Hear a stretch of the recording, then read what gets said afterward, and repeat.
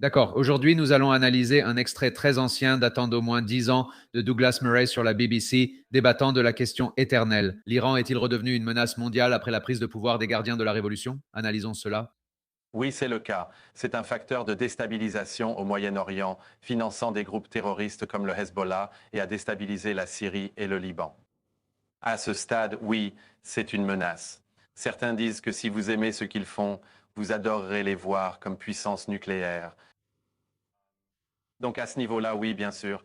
Il y a une longue histoire qui remonte à 30 ans maintenant, ou du moins depuis la Révolution. C'est l'assassinat par Israël de scientifiques nucléaires iraniens. N'est-ce pas du terrorisme? Je dirais simplement qu'il est très imprudent de supposer que ce sont les Israéliens qui ont fait cela. Nul ne sait qui tue les scientifiques. Une victime de la semaine dernière dirigeait le mouvement vert en Iran. Beaucoup d'événements ont lieu au Moyen-Orient. Plusieurs pays de la région s'opposent à ce que l'Iran devienne une puissance nucléaire. Il ne faut pas croire que seuls les Israéliens sont concernés. Ce n'est pas exactement la même chose. Eh bien, attends une minute. Comment ça, une seconde, Benjamin? Comment ça, ce n'est pas seulement les Israéliens qui ont un problème avec l'Iran qui devient nucléaire, ce sont aussi les Saoudiens, ce sont les Bahrainis, ce sont les gens qui sont diamétralement opposés. Ce sont les Wahhabites, les salafistes en termes de théologie et d'idéologie qui contrôlent les lieux saints et sacrés en Arabie Saoudite, la Mecque et Médine. Ils ont plus à perdre que les Israéliens et sont vraiment inquiets. Si l'Iran se renforce sur le nucléaire, qu'est-ce qui les empêcherait d'en acquérir aussi? Afshin Ratanjali, vous travaillez pour Presse TV, qui est évidemment... Je ne travaille pas pour Presse TV. Vous avez fait une émission sur Presse TV? J'ai une société de production qui crée des programmes pour eux et j'ai travaillé à Téhéran. D'accord. Eh bien, je travaille pour la BBC et ceci est Mentor Productions.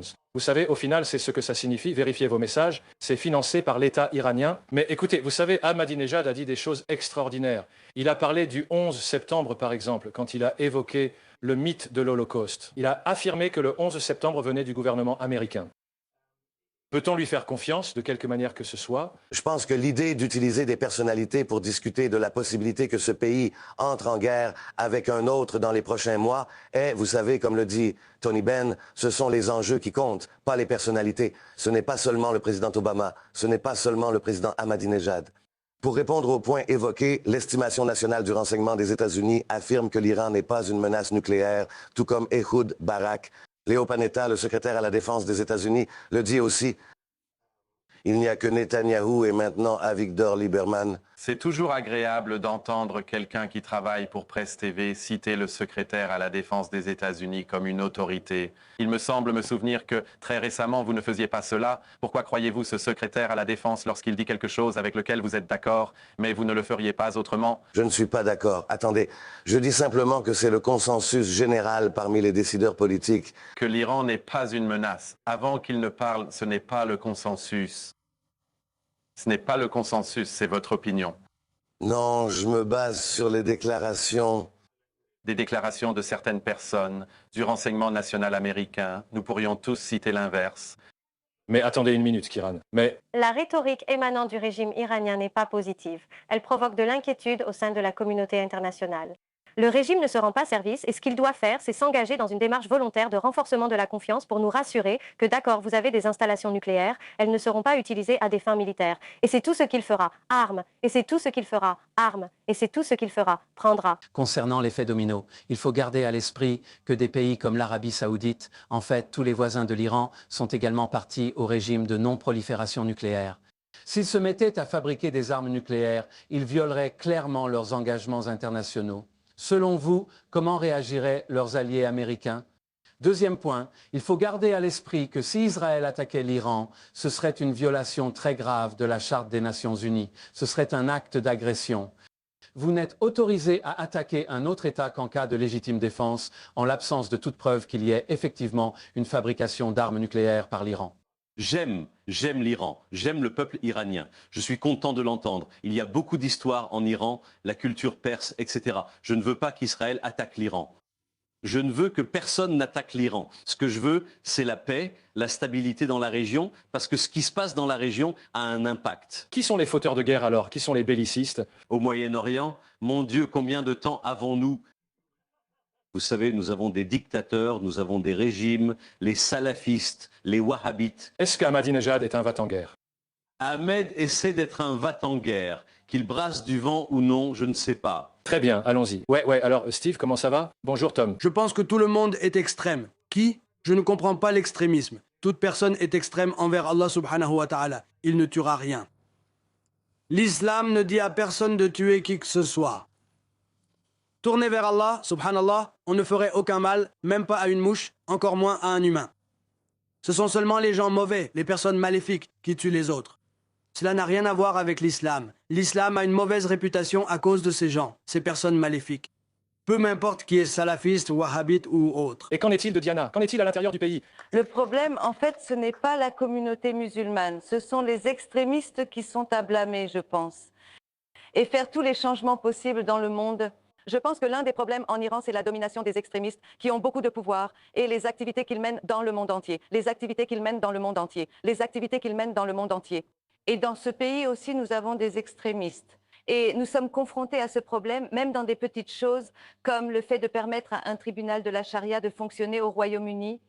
Vous savez, toutes ces activités sont liées. Et Steve, tu viens d'une église locale, l'église d'Ar, n'est-ce pas? Pentecôtiste évangélique. Tu priais pour quelqu'un en Iran, n'est-ce pas? Raconte-nous rapidement l'histoire. Monsieur Youssef Nadarkhani a été détenu pendant longtemps en Iran pour avoir dirigé une église chrétienne, ce qui est illégal. Et cette semaine, il a été exécuté par le gouvernement iranien.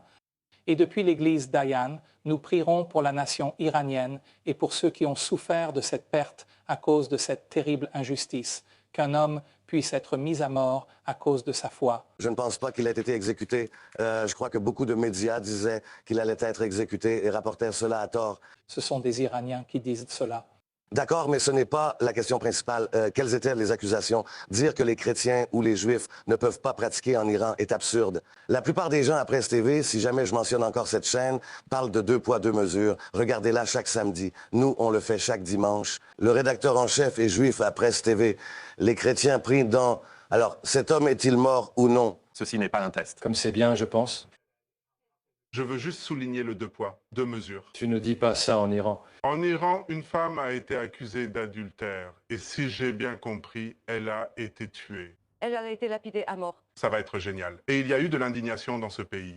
À peu près à la même époque, en Arabie Saoudite, une femme a été décapitée parce que quelqu'un a dit qu'elle leur avait jeté une malédiction et qu'elle était une sorcière. Et elle ne l'était pas. J'ai aussi une nouvelle de Grande-Bretagne, un peu. En Algérie? Alléluia, bonjour. Sophie. Il y avait du bruit. J'ai même débattu avec quelqu'un à ce sujet. David Cameron était là, rencontrant les autorités saoudiennes, serrant des mains et faisant des accolades. Regardez. Mais c'est la question du 2 poids, 2 mesures.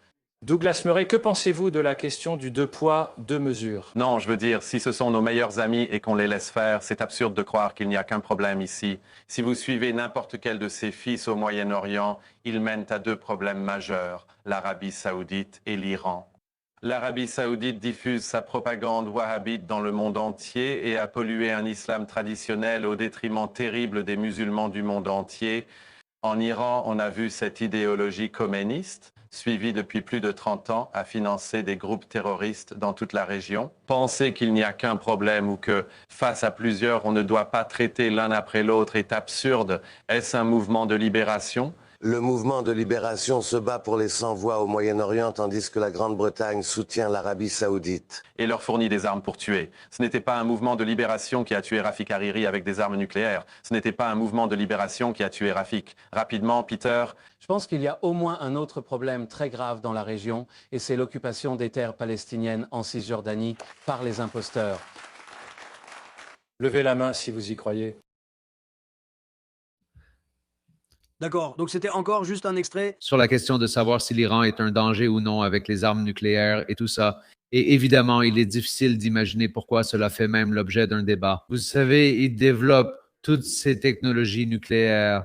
Ils enrichissent l'uranium à des niveaux supérieurs à ce que les agences nucléaires internationales considèrent comme étant à des fins pacifiques.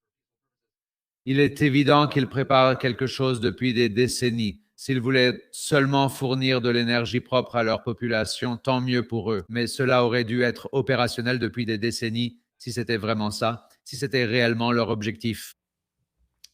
Donc, une chose intéressante à noter, c'est que nous avons beaucoup de ces débats, et surtout à la fin, tu as vu avec la Palestine, les terres occupées et tout ça.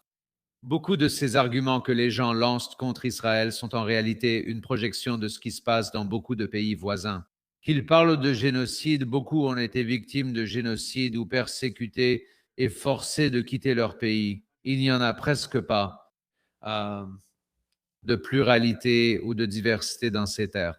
Tu sais, beaucoup de ces personnes soutiendront les droits LGBTQ dans les pays occidentaux. Beaucoup des acteurs musulmans qui sont, tu sais, pro-CGRI, Hezbollah et Hamas, mais tu sais, Dieu nous en préserve, qu'ils retournent dans leur pays avec un tel drapeau et tout ce soutien à ces droits parce qu'ils savent très bien ce qui leur arriverait.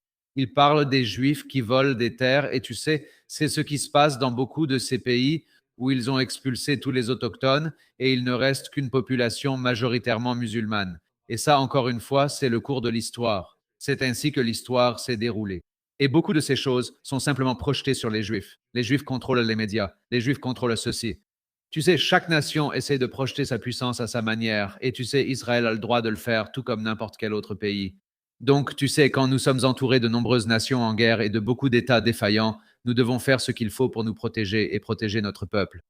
Je voulais finir sur une note positive. Je sais que beaucoup sont en colère et qu'il y a de l'hystérie autour de la décision de Trump de stopper la guerre, même si elle n'est pas finie.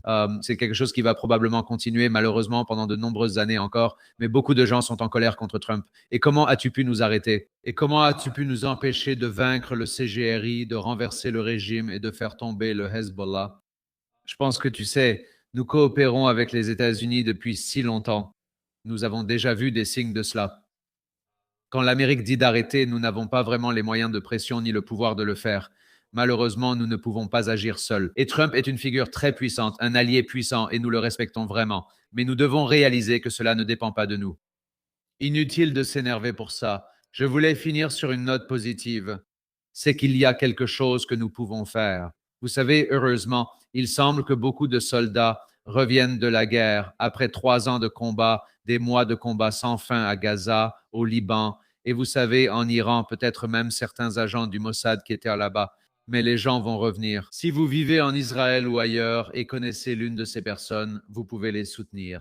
Il y a eu de nombreuses familles endeuillées qui pleurent certains de leurs fils et filles morts dans toute cette série de guerres depuis le 7 octobre.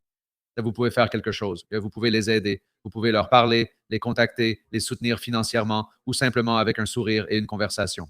Nous pouvons faire beaucoup pour soutenir nos soldats courageux. Moi, depuis l'Amérique du Nord, je ne peux malheureusement pas être sur place pour les soutenir. Heureusement, je fais des dons et soutiens de nombreuses causes là-bas. Si vous êtes en Amérique du Nord, soutenez celles qui aident la terre d'Israël et nos soldats. Et vous savez, malheureusement, il semble que la deuxième manche avec l'Iran pourrait arriver d'ici on ne sait combien de temps. Mais malheureusement, les gardiens de la révolution islamique sont toujours là. Ils restent nos ennemis jurés. Ils nous appellent le petit Satan et tout ce que vous voulez, mais ils ne le sont pas. Alors, posez des gestes de bonté, faites plus de mitzvot, aidez les autres, faites preuve de gentillesse. Et je pense que c'est ce dont nous avons besoin en ce moment, pendant ces quelques semaines de répit loin des combats et de la guerre.